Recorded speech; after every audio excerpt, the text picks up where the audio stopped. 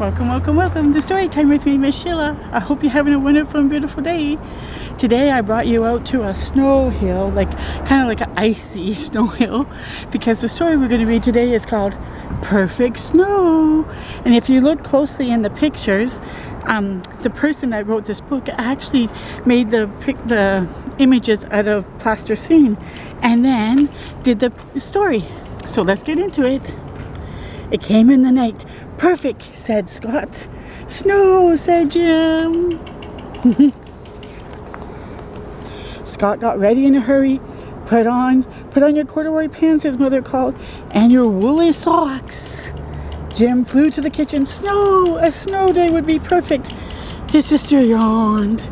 School is open, the radio said so. No problem, said Jim. Jim, recess is great. So see the plasticine, isn't that cool? Scott scanned the horizon. Snow! Jim packed a handful. Perfect. And they threw a snowball.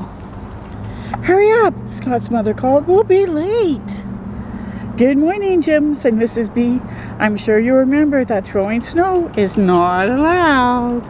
Not in the schoolyard. Scott worked quietly at his desk.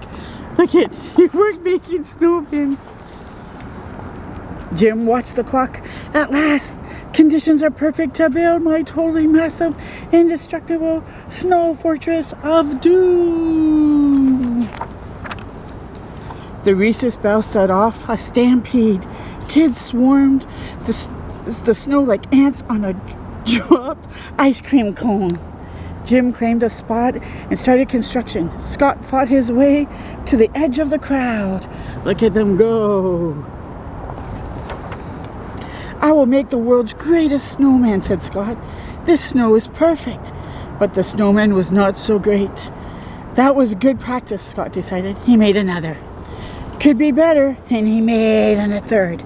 I know, he said. I can make the world's greatest team of snowmen. Look at all the snowmen he's making. Building an indestructible fort was not so easy. More snow, more snow. Everybody wanted more snow. Jim's fort was raided. That's my snow.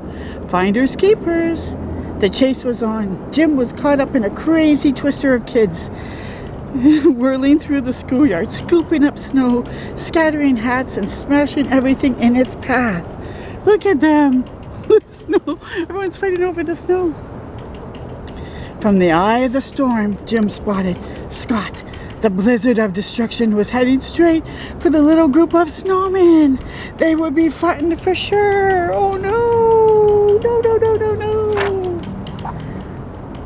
In a flash, Jim jumped clear of the mob and yelled, Here comes Mrs. B!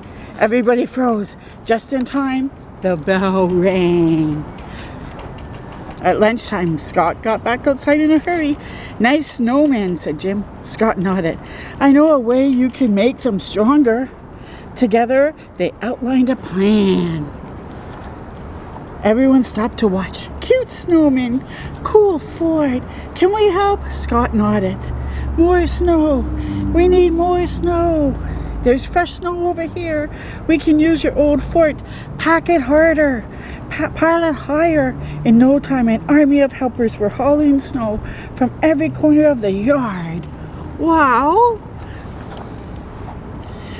With wet mitts and frozen fingers, they raced to finish the 2 more snowmen, the biggest of all. Everyone held their breath as Scott carefully set the last snowball into place.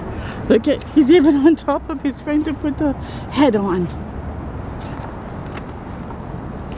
The world's greatest, totally massive snowman fort, Jim announced. Scott tossed his hat in the air. The crowd went wild.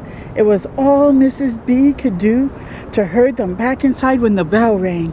The whole school smelled like wet boots because they were all playing in it. At the end of the day, the boys watched over the snowmen until the yard emptied. Perfect snow, said Jim. Scott nodded as they were watching their snow fort and snowmen.